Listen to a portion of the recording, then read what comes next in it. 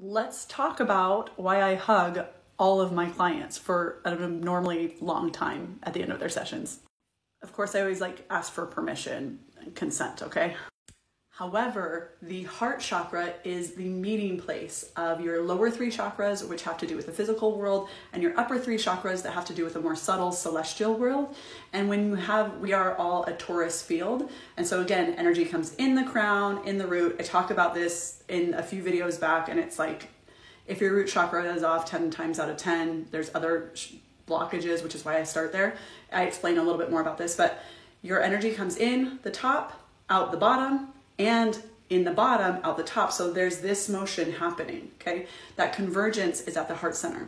Now, science has actually proven that it's something like the heart, the electricity, the electrical current that is actually exuded from your heart space is about, I can't remember the exact number off the top of my head, something like 72,000 or 74,000 times stronger than the electrical currents that are produced from your brain.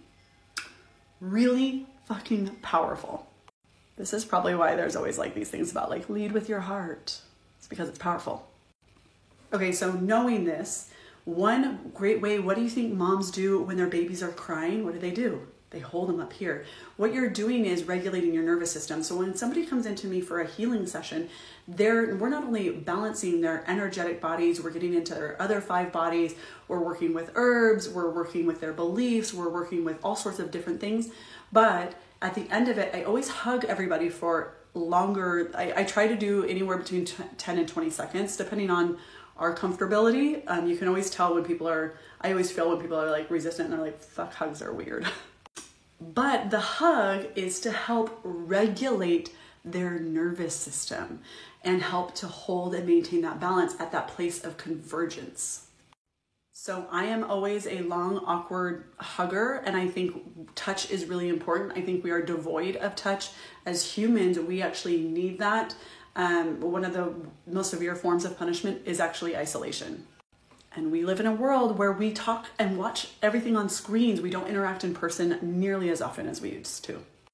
So it's one of the ways that's very, very easy to help people feel calm and regulated is just to give them a long hug. Again, always ask for consent. But this might be something that even as partners or as parents or as friends, when something's a little heated or at the end of it, you might want to hug and be like, can we just stay a little bit longer? You'll notice your whole body kind of feels like that full body exhale. I don't know if you just heard my dog Willow just do the same thing. Follow for more tips.